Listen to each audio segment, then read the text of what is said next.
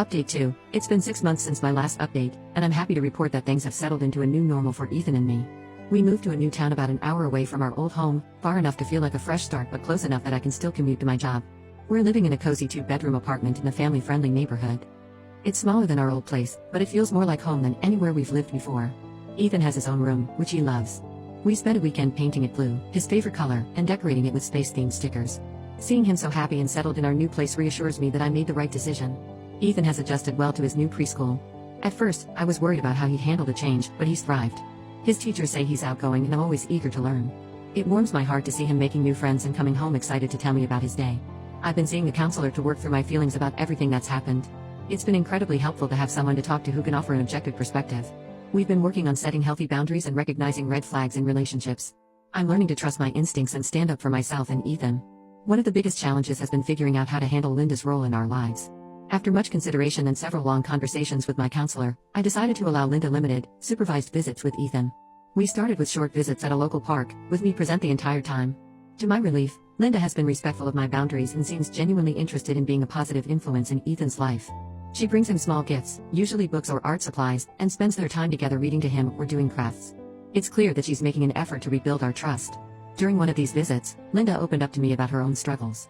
She shared that she had started attending support groups for people who have been in abusive relationships.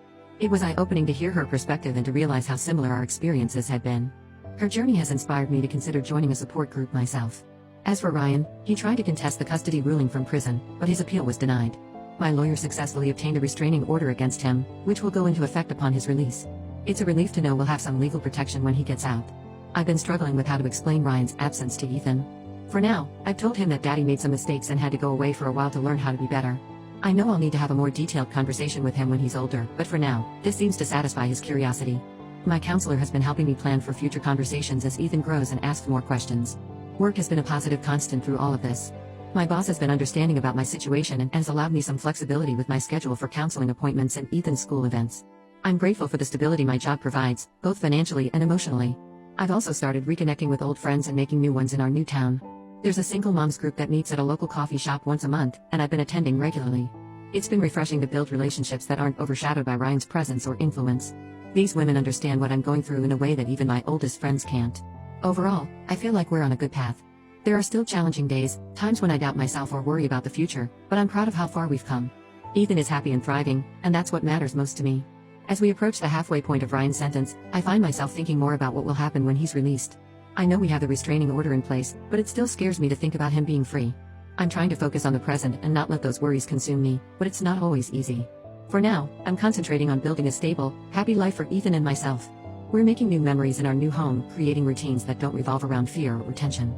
It's a work in progress, but every day feels like a step in the right direction. Update 3. It's been a year since my last update, and I can hardly believe how much has changed. Ethan just turned 5, and he's growing into such a kind, curious little boy. He started kindergarten this fall and absolutely loves it. His teacher says he's one of the most enthusiastic students she's ever had, always eager to learn and help others. The biggest news is that Ryan was released from prison 3 months ago. Despite the restraining order, he tried to contact me through mutual acquaintances. The first time it happened, I was terrified. I immediately reported it to my lawyer and the police. They've been monitoring the situation closely, and so far, Ryan hasn't made any direct attempts to approach us. Linda has become an unexpected ally during this time. She's been helping me document any attempts Ryan makes to circumvent the restraining order.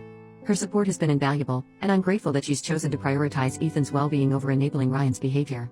Our relationship has continued to improve over the past year. Linda has been attending therapy regularly, working through her own issues related to her marriage to George. She's apologized numerous times for her role in the custody battle, and her actions have shown that she's committed to making amends. She's become a positive presence in Ethan's life, often taking him on outings to the zoo or the children's museum. I've been promoted at work, which has given us more financial stability. My new position comes with more responsibility, but also more flexibility, which has been great for balancing work and Ethan's needs. I've even started putting money aside for Ethan's future education. It feels good to be able to provide for him on my own and to be planning for his future. Ethan has been asking more questions about Ryan lately. As he's gotten older and started school, he's become more aware that his family situation is different from some of his classmates. I've been as honest as I can be without burdening him with adult problems. I told him that his dad made some big mistakes that hurt people, and that's why he can't be with us right now. I've also reassured him that none of this is his fault. These conversations are never easy, but I'm grateful for the advice from my counselor on how to handle them. We've role-played different scenarios, which has helped me feel more prepared when Ethan brings up the subject. I've continued seeing my counselor, and she's been helping me work through my feelings about Ryan's release. There's still a part of me that feels guilty about keeping Ethan away from his father, but I know I'm doing what's best for his safety and well-being. We've been working on strategies to manage my anxiety about Ryan potentially showing up in our lives again. Looking back on the past few years, I'm amazed at how much I've grown. I'm no longer the woman who made excuses for her husband's violent behavior. I'm stronger, more independent, and focused on creating a positive future for Ethan and myself. There are still challenges ahead, especially with Ryan being out of prison. But I feel prepared to face whatever comes our way. Ethan and I have built a good life together, and I'm determined to protect it.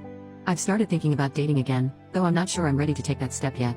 My friends have been encouraging me to put myself out there, but I want to make sure I'm in a good place emotionally before I consider bringing someone new into our lives.